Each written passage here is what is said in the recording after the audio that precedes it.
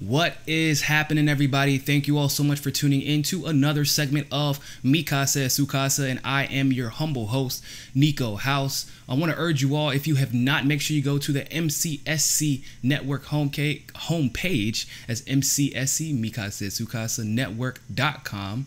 mcsc.com, and go ahead and join our email listserv so that you never miss breaking news. You don't have to worry about Twitter suppressing it. You don't have to worry about Facebook suppressing it or getting suppressed in YouTube's algorithms. You will get it first before everyone else does. So make sure that you go ahead and subscribe to that listserv by going to the mcsc.com homepage and putting in your name and your email. We'll go ahead and send you those updates. Also, we're going to go ahead and shout out the best comments on this video in our future segments. I can't tell you which one because I got to see how long. We're going to see how long we can keep it running. But we're going to do it in a 48-hour time span. And the best comments will actually get a on-screen shout out from myself. So I'm excited to see how y'all respond to this because this is such a funny topic, but it's so serious at the same time. But as you all know, Donald Trump, along with the president of South Korea, along with Kim Jong Un, are supposed to be sitting down and ending this war. 63 years, I believe. And I got some pushback, people. I got some pushback because I made a suggestion, and it's not a suggestion that I haven't rescinded. I haven't changed my mind. In fact, I probably believe it more so now than I did 3 days ago. After I refreshed myself on some of the history of South Korea, North Korea, and the United States of America. Now, I said, I still stand by this, that Donald Trump, if this deal comes to a close, if Kim Jong Un gets rid of his nuclear program totally and completely, if the United States is allowed to maintain its presence in South Korea, and if President Moon from South Korea is present at this summit as well, Donald Trump absolutely deserves a Nobel Peace Prize. I know. Can you believe I'm saying this?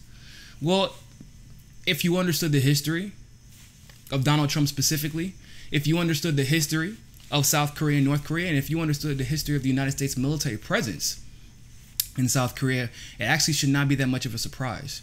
People were saying, using the excuse, well, other people are involved. We're gonna get the activists are more to credit. They deserve more credit than Donald Trump. I'm not. Well, if that's the case, and I'm my activist, I 100% agree.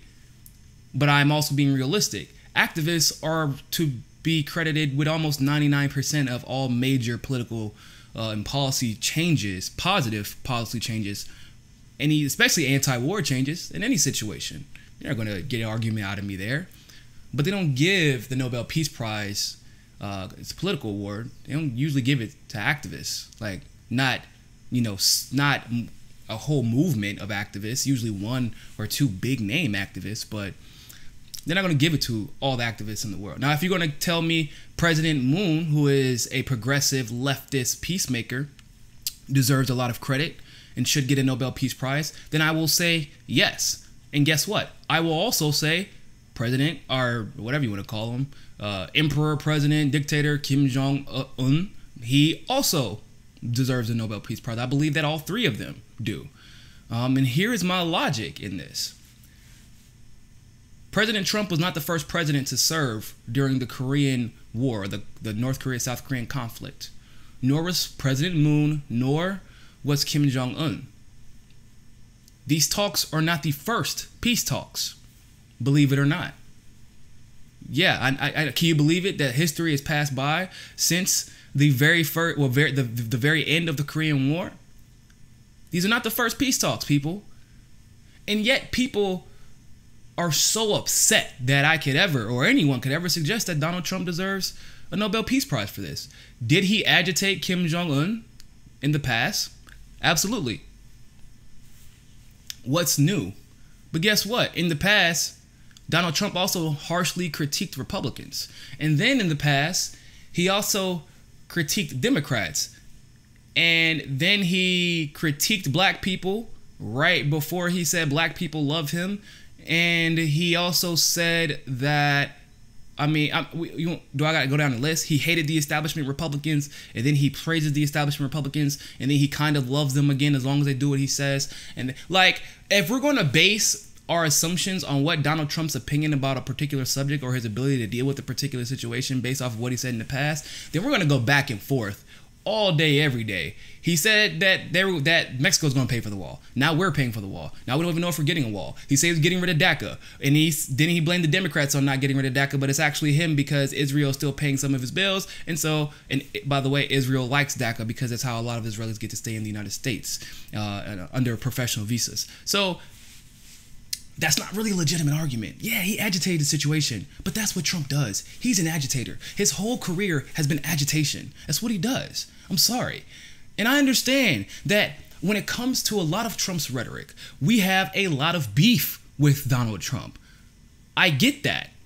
That's not the same thing as actions and policy. And when it comes to his policies, I'll be the first to critique him on it. But I don't want him to be a failure. I want him to succeed. And if you understood how much Korean people or North Korean people are starving, okay, if you understood that, if you understood how important it is that these people are finally reintegrated into normalized Korean culture, then you would be as positive and optimistic and giving as I feel. Now, this is coming from someone who attended Korean church and was immersed in Korean culture, believe it or not, for about 10 plus years. Every Sunday, when I was still going to church, I'm a very spiritual person, but I don't believe in church necessarily anymore. I would, 안녕하세요, bow, you know, 오늘 구분 어떻습니까? Yes, I have a Korean flag on my arm. This is actually, I was a Korean minor in college. I know a lot about Korean history and the conflict. They can only understand, North Koreans can only understand 1/3 of what South Koreans speak, because South Koreans have a lot of cognates because the language was oversimplified, highly simplified, because it was a slave language. 안녕하세요 actually means, did you survive the night? It's actually a question. It is not actually the literal definition of hello. It's actually a question asking, did you survive the night? That's how like watered down the Korean language is, and even the North Korean people don't understand it. Okay, like a lot of it because of all the cognates now. So they need to be reintegrated. Now, the prideful, selfish, I hate Donald Trump version of myself would speak out against this and give Moon the credit, or the common sense, pragmatic, solution-based person would look at the past and observe what we've seen from Donald Trump, which is maybe if you praise him for doing the right thing, he'll actually continue to do the right thing because he likes being praised. He literally pats himself on the back every single day to millions of people on Twitter. So imagine what happens, people. Seriously, imagine what happens if you give him the Nobel Peace Prize. Understand, like I said, Republicans did not, or excuse me, Donald Trump was not always a Republican. He wasn't. People forget this. In fact, he was so malleable that Jesse Ventura, the ultra progressive, recruited him to run for president under the Reform Party. This was in 1999. So clearly, Donald Trump can switch sides, but it's going to be towards the person or the group that is praising him the most. Why do you think he continued the rhetoric that he pushed during the presidency or during his candidacy? Because people kept cheering for him. Why do you think he stays on Twitter despite everybody in the world, including his administration? Why do you think he keeps on tweeting obnoxiously? Because of the retweets, because of the likes, because it keeps him in the news. It's not a coincidence. This is what Donald Trump does. He is more about the allure of being important and being considered likable than he is about actually being liked and actually being great. He likes being patted on the back. And if that makes him pass progressive policies, then fuck it. Let him get patted on the back. Pat yourself. But further than that, This is, like I said, not the first time that these three men have that three leaders from these respective nations have sat down. But this would be, however, the first time that a deal was broken when North Korea is reintegrated back in society. After, by the way, the United States put them economically in the position that they're in. After they were increasing by about 40% GDP a year after the Korean War, they were the fastest growing nation in the world. We put an embargo on them, both economically and informationally. That put them in the position that they're in right now. And of course, once you're in a position like that, it's very hard to dig yourself out without international help, which we absolutely refuse them. On top of that, the demilitarized zone is something that the United States controls, and any move involving the military can't be made without Donald Trump, without the President of the United States of America, without the Commander-in-Chief. And somebody, I'm a veteran, I'm a United States veteran in the Army, paralegal. You can't, it just doesn't happen. It's impossible. The United States, or excuse me, Korea and North Korea could not make a deal about what goes on in North Korea and South Korea's demilitarized zone without the United States of America. And once again, we've had presidents in the past try to sit down with Kim Jong Un, or at the time Kim Jong Il and Kim Jong Un, and the leaders of South Korea, and we have not seen them be successful. But President Moon already credited Donald Trump with being a lot of the reason why they had been willing to sit down. And he credited Donald Trump not yesterday, not last week, but in January, on January 6th. So what Trump says in the open versus what he's doing behind the scenes, you have to be careful, because he makes you all sometimes sound like you're I don't even know, you're contrarians. Just anything that Donald Trump says, you want to hate. It's like you want him to fail. I don't like the guy personally. I don't like him. His character flaws are obvious. His misogynistic tendencies are clear. But does that mean I want him to fail? No, because when he fails, that means people get hurt. I don't want that to happen. But when you make a suggestion saying, yeah, he should get the Peace Prize. Well, what about what he said during the campaign? You know what? Barack Obama got a Nobel Peace Prize. You all know that, right? We're aware of this. He said a lot of pretty things during the campaign.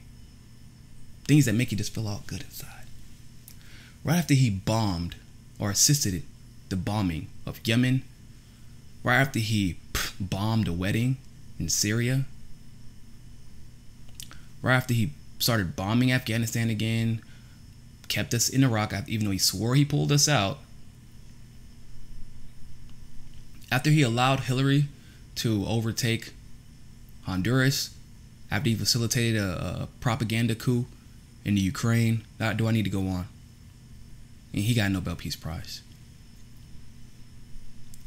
This is actually monumentous if it can get done. And they've already spoke on the phone. They've already communicated before the summit.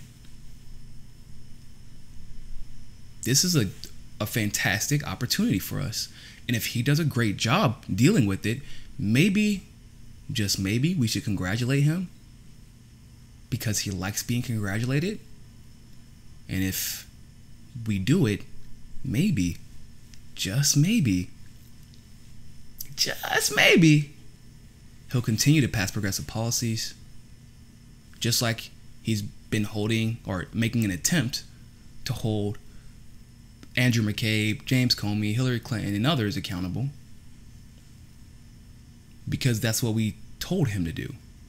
And if he didn't do that, he knew we would be coming for him, both left and right. And look what happened. Now, does that mean we're going to get exactly what we want in the exact way we want it every time? No, that's not how politics work, and that's not how compromise works. But we've never in our lives seen charges in our lifetime. We've never seen charges recommended against an FBI, 2 FBI officials, a presidential candidate, former Secretary of State, Like that's unheard of. But Trump is getting it done one way or the other. So, and that's because that was something that we demanded, both left and right. So let's not be petty, okay? Let's not forget that there are legitimate lives at stake. Let's not forget that we all have the same goals. At least I think we do. Unless you're more concerned about your self-righteousness than you are about moving forward with solution-based thinking. I'm a pragmatic person. I don't care how the progressive policies get passed. I just want them passed. And I am anti-war. I don't care how the wars stop as long as it's done non-violently. And it's legitimate. It lasts long. I want peace. I don't want to be right. I want peace. And I hope you want the same. So thank you all so much for tuning in. And always remember, more than anything else, find your balance. Peace.